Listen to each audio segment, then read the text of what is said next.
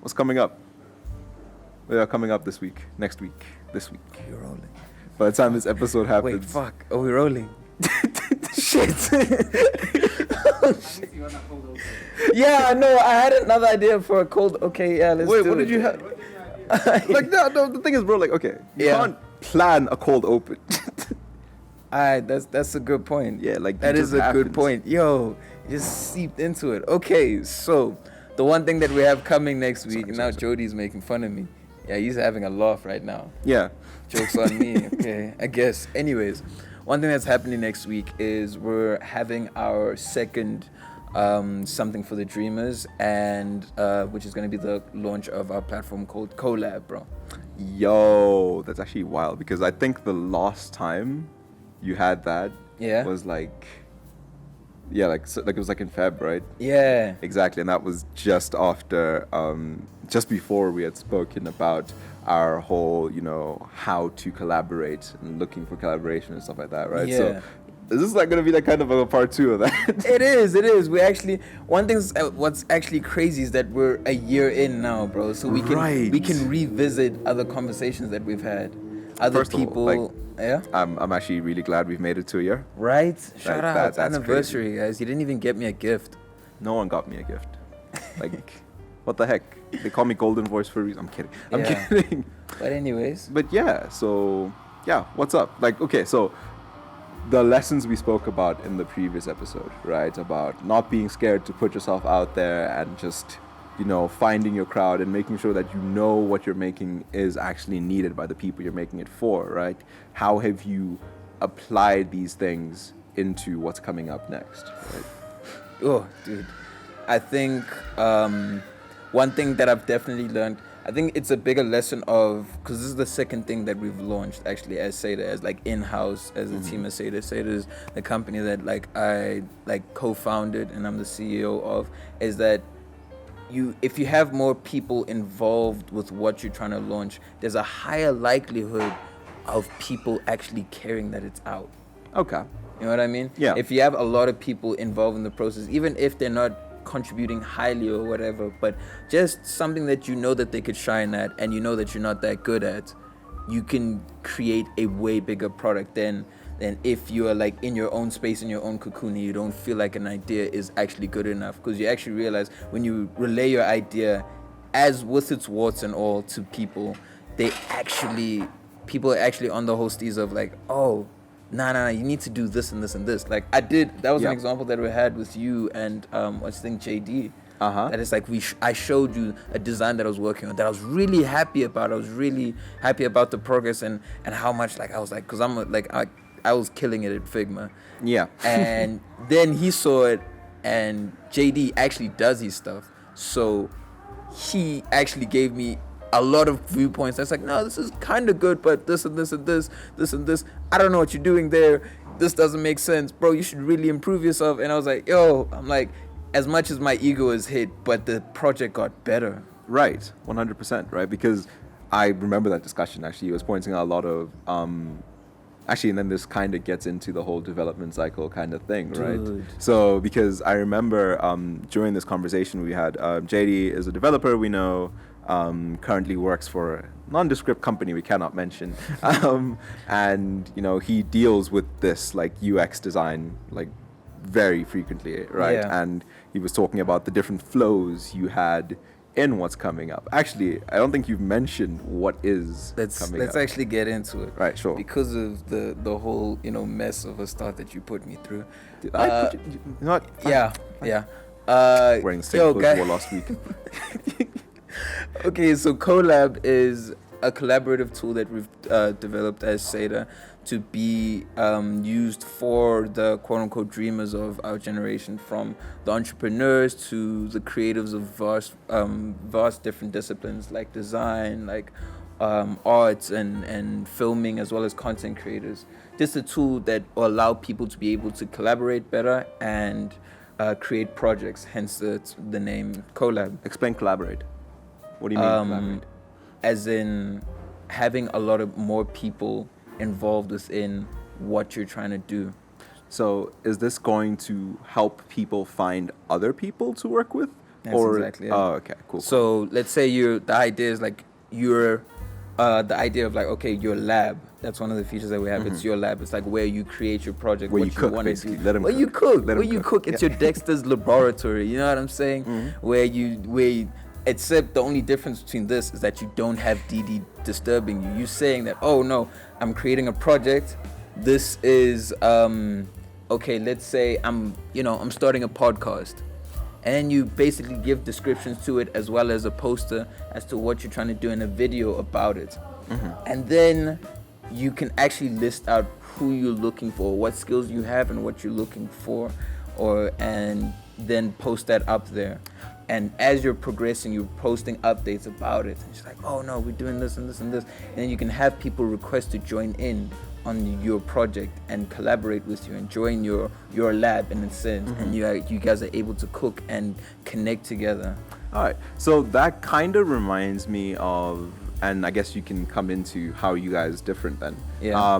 With what Fiverr did. Yeah. For like, collaboration on projects across the web, except whereas Fiverr is more a platform where you go and you recruit someone to do a job for you. Yeah. Basically, it's a gig economy, Yeah. right? How does Collab differ? Are these people that join you, are they then, or is it like, yeah, you can talk about that then, are they then a part of the project themselves, or are they just there for a little bit and then dip? What's the flow there? So the idea behind that is that we actually wanted to keep it in a space where people are able to now actually join in, like just join in your project. For, of course, if you want to have them like, temporary on for a certain task, they can join in and help you out in there. Or if you want to just build out and found your whole team, that's also what they're kind of there. That's what the platform is there for.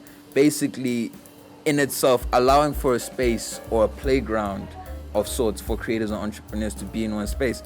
It's allowing for space for more people to join in and help out and like, you know what I'm saying, finding the crazy all over the internet, basically. Makes sense. Yeah. Makes sense. All right, cool. Yeah.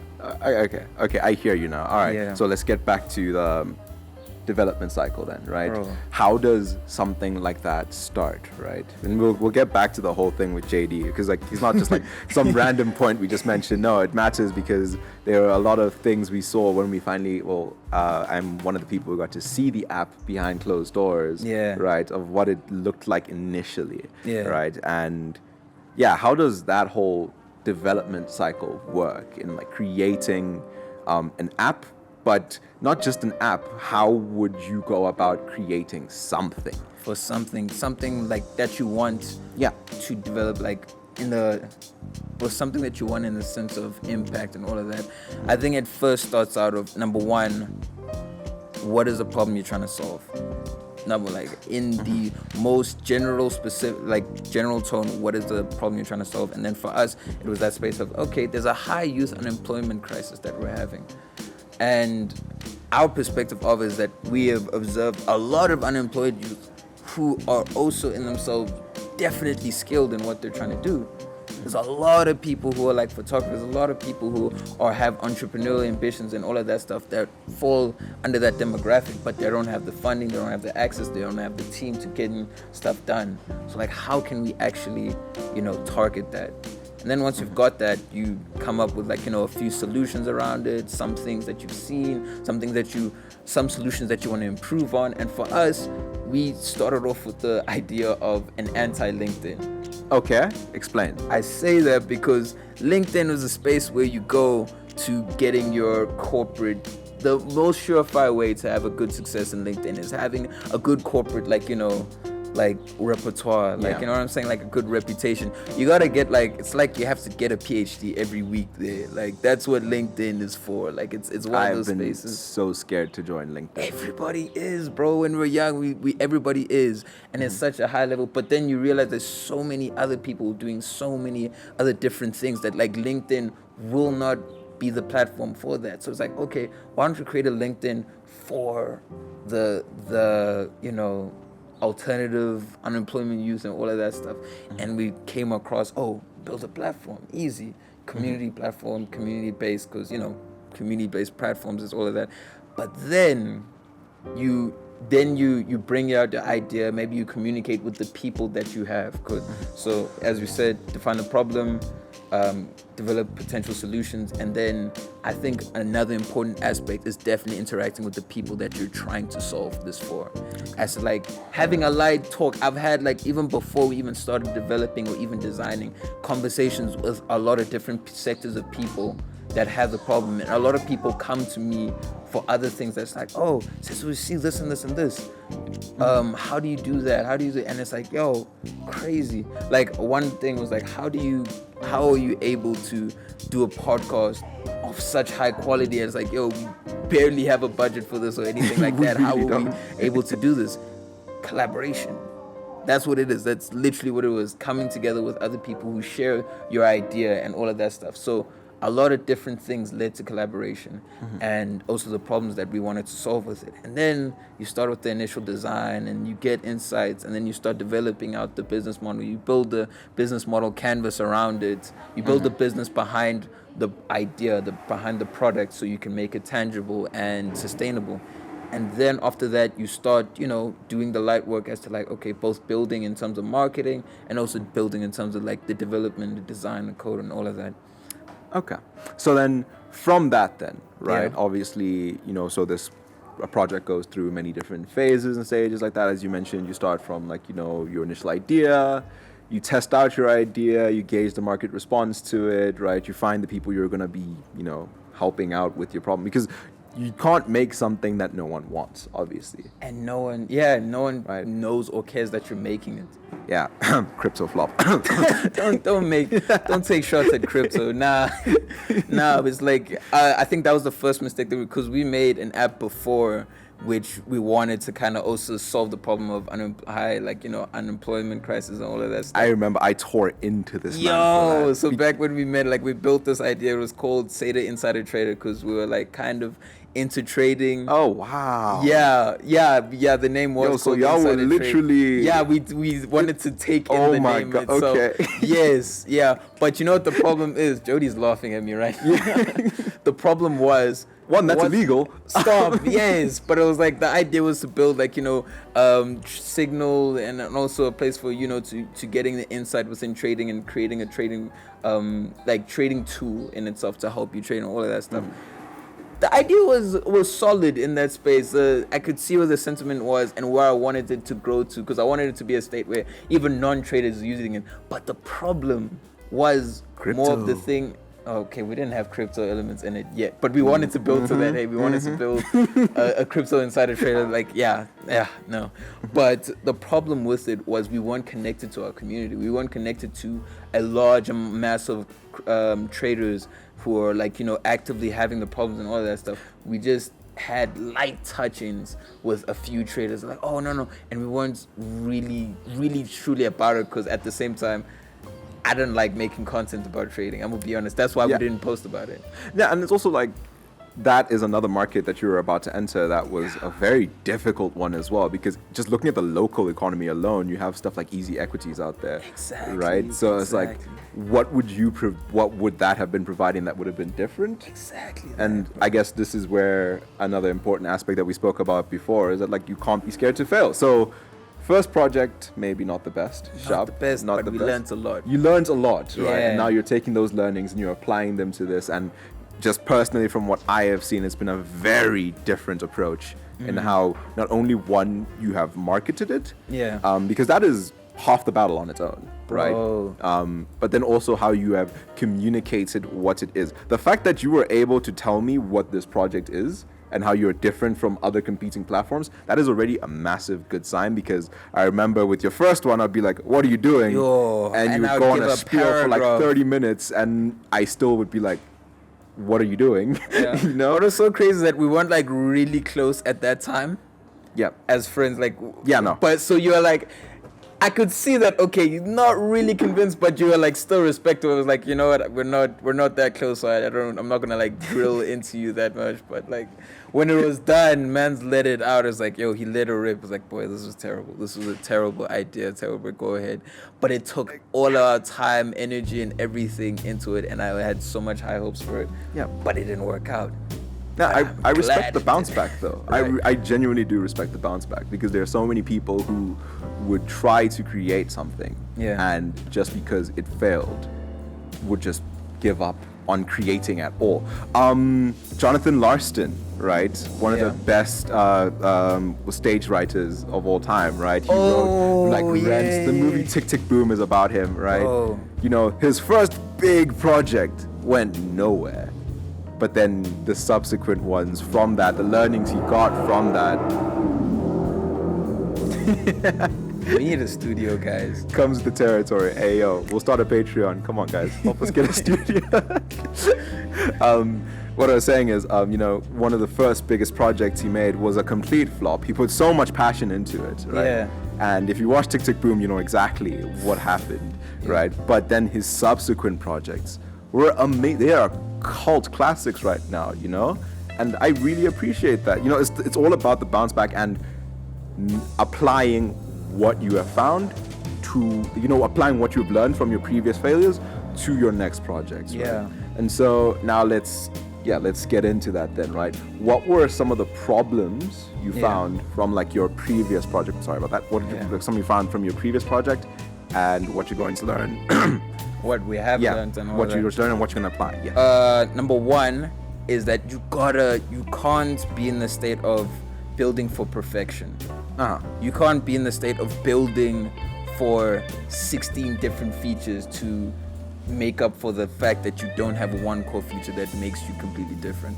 Like you need to first start with, okay, what is the stem? What is the root of your thing? What is the bark of the tree that you're trying to build before you build the leaves to make it, you know, prop and all of that stuff? We focused emphasis on, okay, we weren't really that, like, you know, connected to the value proposition, so we created a lot of features. What is a value proposition? Oh, value proposition, my bad. It's the one thing that, like, you know, makes you special in a sense. And if you're creating an album, if you're creating a film, what is the one thing about your movie and all of that stuff that be like, oh, it's different, or it's a different approach. You can try different strategies or whatever, and all of that, like maybe a lower price and all of that. That's in business. Or if it's in like an album, it's like, oh, it's within this genre or whatever. But there has to be one takeaway that someone can express to other people about. It's like, no. It's like when you're trying to get someone onto a TV show. Yeah. You might describe the show and all that stuff, but there's one thing that you have to say about the show that actually rings the core. And that's the same thing with your business, and that's the same thing with the app and the product that you're trying to build. That if you don't have that core thing, and you're not like, you know, fully invested into it, and you want to make something that like everybody wants and or can accompany to everyone, no one's gonna want it. All right. So the first lesson was finding the core. The second one was be with the people. Be with them, like literally be in the connection of like, oh, I'm gonna be talking to this person, I'm gonna be connecting with that person's platform, I'm gonna be co-aligning, and with that you're able to, number one, get more people interested and excited. Like there's people now who's DMing me, I was like, oh, when are you launching it and all of that stuff, and I'm just like but have that connection. But then also I think the last thing is make it fun. Make it a fun process. Make it allow yourself to come in with something that's not going to be perfect. Okay. Speaking of coming with not going to be perfect, your first prototype, that design you showed on Figma, right? Oh, yeah. That's where JD comes in now, right? Yeah.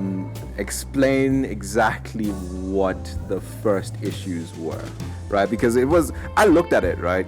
And I saw the app and it was like, great, but the flow of it didn't make sense, right? In terms of how your user is going to interact. And I guess this is where user design, user experience, that's where, you know, these are like the final touches. Like if you have a good core, right, people can overcome these things, but these things are what will set you apart, right?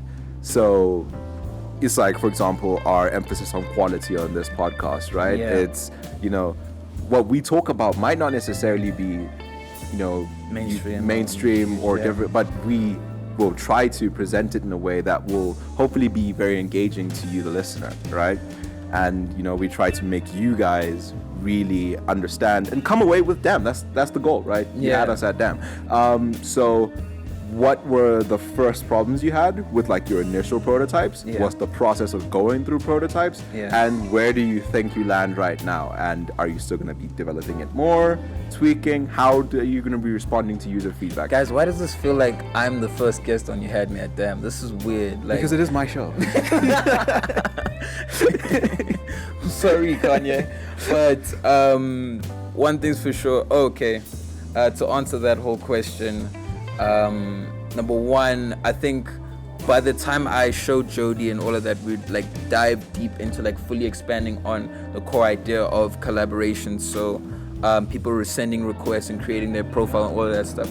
But the problem is that I left it in a state that I remember it. So the prototype was just the screens in itself, and I didn't articulate, okay, this leads to there, this links to there, and connects to there. So anyone, in my eyes, everything is clear as day and all of that. But in a general viewer's eyes, it wasn't, you couldn't really understand, oh, okay, you sign in.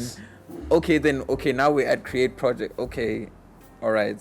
And you weren't really seeing. I was hoping that maybe it would connect, maybe it would work out, but it was like one of those things where you could see the general idea of what the app was doing, but you didn't see it in my head. Yeah. So I needed to relay that better, and that's what we did. Because even Saini called me out on it. It was like you need to actually, because I don't understand where this is going there, and there were certain features he was asking for which were already embedded in there. So I had to like kind of set the whole wireframe and the whole structure in itself, as well as the user flow. So prototyping has to like that clicks to there, that clicks to there, and throughout that whole process, I'm not a Figma guy, but through the whole process of building and reiterating, I was able to.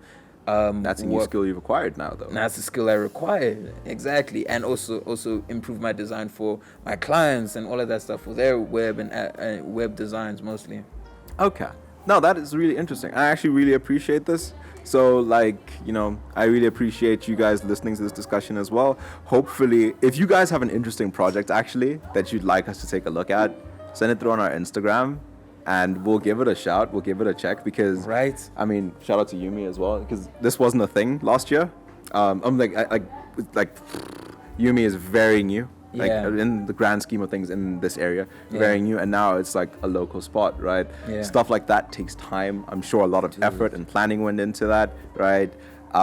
Stuff like this project right now takes time and effort, and it also takes people knowing about it. So if you want to tell us about something, tell us. We really appreciate it.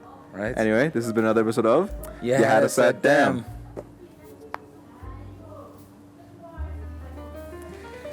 Okay. What? Yo, I would love.